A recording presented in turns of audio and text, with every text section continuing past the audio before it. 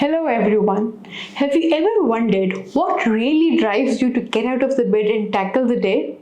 Is it the dream of buying your dream house, the joy of being a part of a fantastic team, or simply the satisfaction of a job well done? Today, we'll uncover the secrets behind what motivates us using two groundbreaking theories. By the end of this lecture, you will understand the core principles of Maslow's hierarchy of needs, learn about Herzberg's two-factor theory, discover how to apply these theories to enhance motivation in the workplace. Maslow's hierarchy of needs is a motivational theory in psychology, comprising a 5-tier model of human needs, often depicted as hierarchy levels within a pyramid. Needs lower down in the hierarchy must be satisfied before individuals can attend to needs higher up. Let's talk about the 5 levels. Physiological needs, which include basic needs like food, water, and shelter. Safety needs, that is the security, protection from physical and emotional harm. Social needs, which is relationships, love, and sense of belonging. Esteem needs, which is self-esteem, recognition, and respect from others. Self-actualization, realizing personal potential, self-fulfillment, and seeking personal growth and peak experiences. Consider an employee who's struggling financially. That means his physiological needs are not being met. They're less likely to be motivated by a promotion, which is an esteem need, if they're worried about making rent.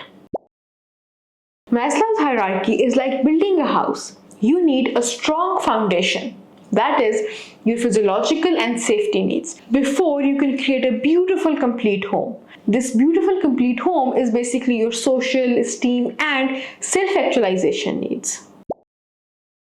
Oprah Winfrey's journey from poverty to becoming a media mogul illustrates Maslow's hierarchy. Starting with basic needs, she moved up the pyramid to ultimately achieve self-actualization, using her platform to help others and pursue personal growth.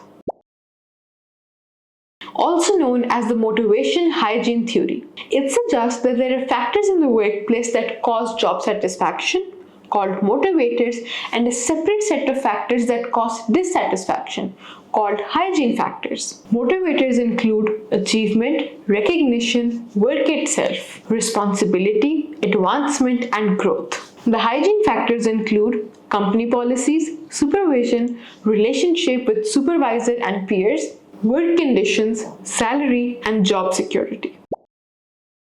An employee might be dissatisfied due to poor working conditions, that is, hygiene factor, but may not feel motivated to perform better simply because of a salary increase. Instead, they might be motivated by opportunities for personal achievement and recognition. Think of Herzberg theory like gardening. Hygiene factors are the soil and water. If these aren't right, the plants won't thrive. Motivators are the sunlight and nutrients that help the plant grow and flourish. Consider Google's workplace culture. They excel in providing both hygiene factors like excellent work conditions, job security, and motivators, that is, opportunity for growth, recognition, and meaningful work. This balance contributes to high employee satisfaction and innovation.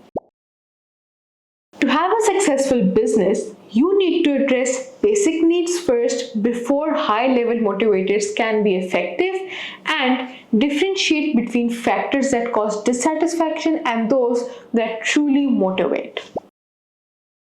Think about your own workplace or personal situation. Identify which of your needs are being met and which aren't. Consider how you can address these needs to enhance motivation for yourself and your team. Apply these theories to create a more motivating and satisfying environment. For a deeper understanding of motivation, I highly recommend Drive, The Surprising Truth About What Motivates Us by Daniel H. Pink.